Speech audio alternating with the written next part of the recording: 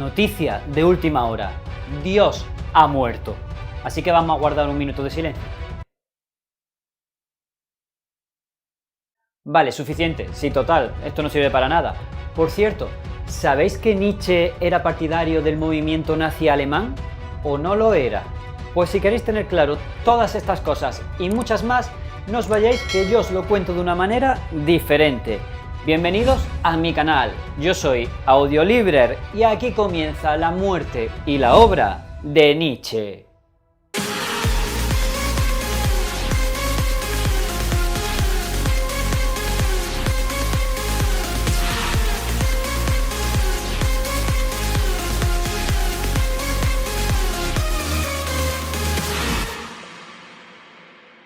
Muy buenas, filósofos. Según su hermana, Nietzsche murió el 25 de agosto de 1900, en silencio, con rubor y clavando en el aire una mirada solemne e interrogadora.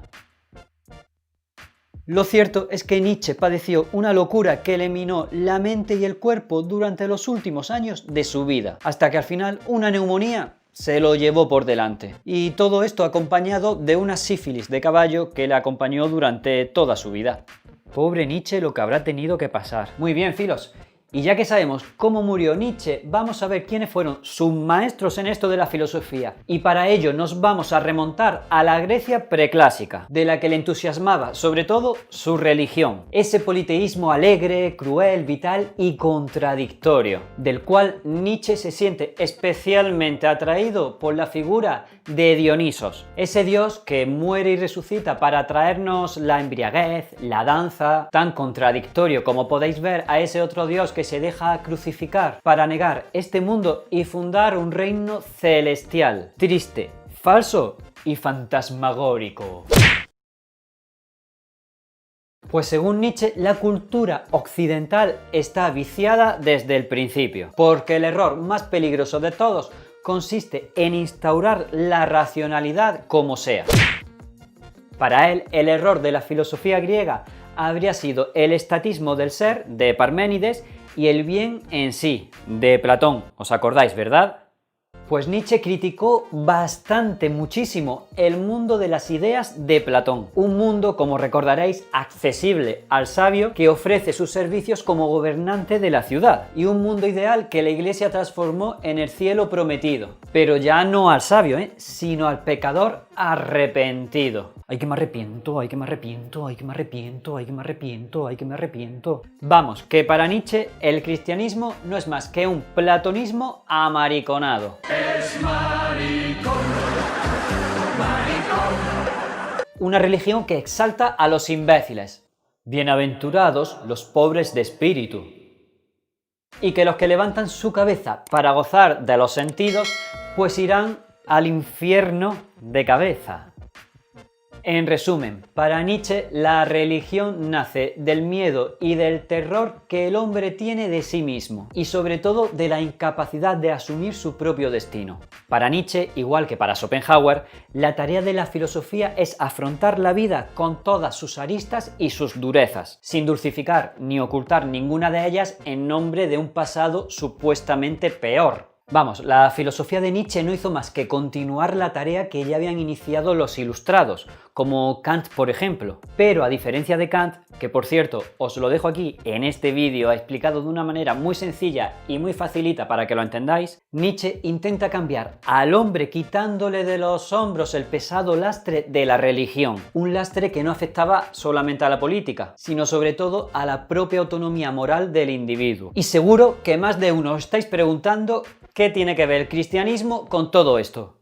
Pues todo. Tened en cuenta que el cristianismo renuncia al mundo por resentimiento, porque se sabe cobarde para danzar sobre el dolor e impotente para gozar de los placeres de los sentidos. No vaya a ser que todo esto de la religión sea verdad y acaben en el infierno de verdad. Y Kant es un ejemplo clarísimo de todo esto, que presenta el orden mentiroso de las categorías con un producto impecable de la razón. Vamos, como la lógica de la verdad, nada menos. Dicho de otra manera, para que lo entendáis, Kant llama verdad a lo que es realmente mentira.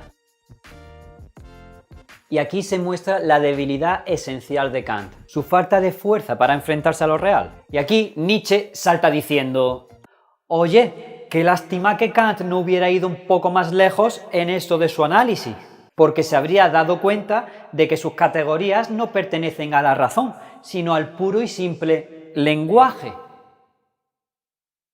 Todo esto dicho en alemán, claro. En resumen, no hay más razón que la que emana de la gramática. Vamos, que las palabras nos imponen una concepción del mundo. En su obra Sobre verdad y mentira de un sentido extramoral, Nietzsche dice muy claro que conocer es sustituir la realidad con metáforas de metáforas de metáforas. Tranquilos, que os digo un ejemplo. Cuando vemos una vaca, por ejemplo, visualizad una vaca.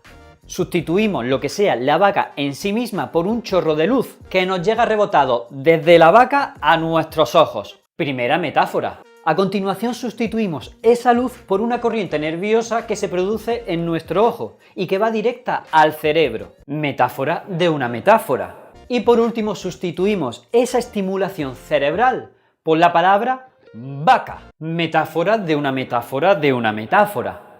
En definitiva, el conocimiento y la ciencia entera no es más que un conjunto de metáforas con las que nos representamos el mundo con más o menos éxito. ¡Vaca! A ver, que te estoy escuchando todo esto que estás diciendo. ¿Cómo puede haber éxito si la mentira es necesaria? Muy buena pregunta, Filos. Esa es precisamente la cuestión. El éxito no se mide por el grado de fidelidad con que nuestras teorías reflejen en el mundo. Nuestras teorías no reflejan el mundo, simplemente lo sustituyen metafóricamente.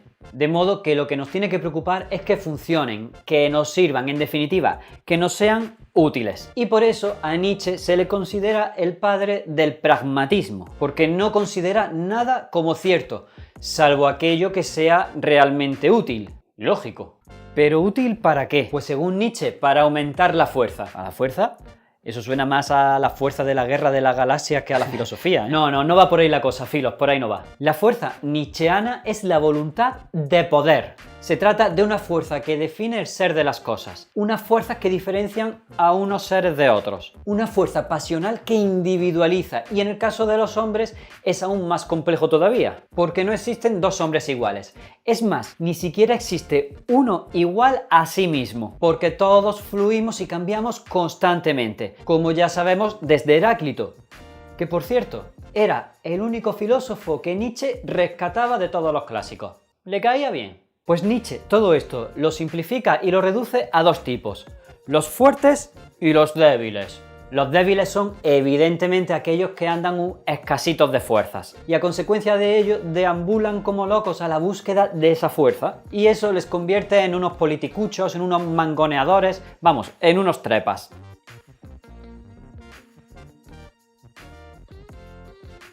Y estos son esclavos por naturaleza, con una agudísima vocación morbosa de esclavizar a otros esclavos. Y por contra tenemos los fuertes, que se le distinguen porque desbordan fuerza, rebosan voluntad de poder, vamos, que crean valores. Lo que ocurre con todo esto es que la mayoría pertenecen a los débiles y hay muy poquitos fuertes. Entonces por lo que dices, Nietzsche justifica la explotación de los más fuertes sobre los más débiles, ¿no? No, hombre, no se trata de nada de eso. Aunque desde luego hay que poner por delante que el fuerte no es el culpable de su fuerza, ni menos aún de la debilidad del débil. Pero tranquilos que el débil siempre gana, simplemente porque son más, así que no hay que sentir tampoco mucha pena por ellos. Pero has dicho también que los fuertes son creadores de valores. Exacto, porque según Nietzsche, Dios ha muerto, que es una manera poética, metafórica, de decir que después del siglo XVIII una persona razonable ya no podría creer en Dios. Si Nietzsche levantara la cabeza ahora mismo.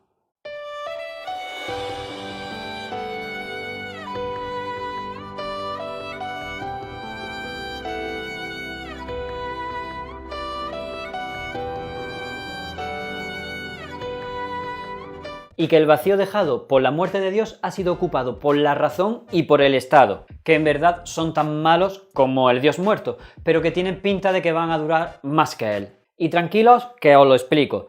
La razón es mala por lo que ya os dije antes, porque supone la imposición de las mentiras de la gramática. Y el Estado es malo porque es una institución en la que se unen los débiles para ejercer una violencia legal y despiadada sobre los fuertes. Pero ahí no acaba la cosa.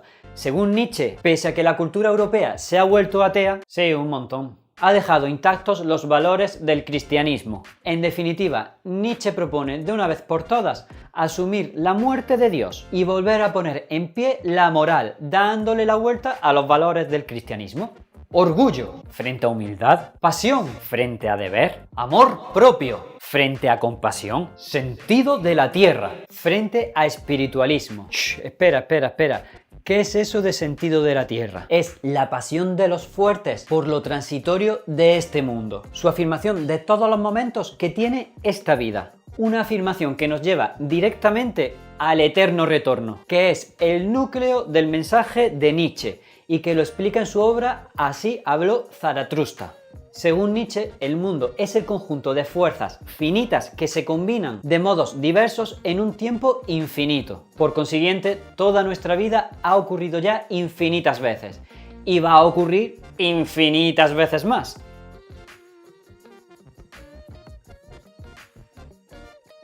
Así que tenemos que tener muchísimo cuidado, porque no se trata de decir aquí se vive solo una vez y vamos a gozar, sino que ya es mucho más grave la cosa, porque cada instante se va a repetir infinitas veces. Entonces eso hay que convertirlo en algo digno de ser eterno. Así que venga, pensad si lo que estáis haciendo en vuestra vida merece la pena ser convertido en algo eterno.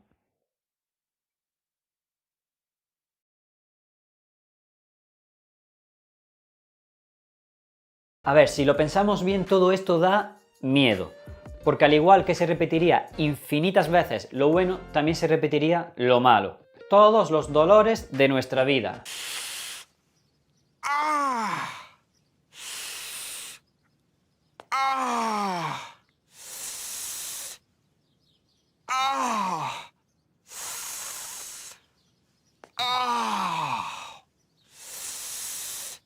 Sin embargo, dice Nietzsche que hay un pequeño grupo de humanos capaces de aceptar la repetición infinita de cada uno de sus males, solo por un momento de alegría en su vida.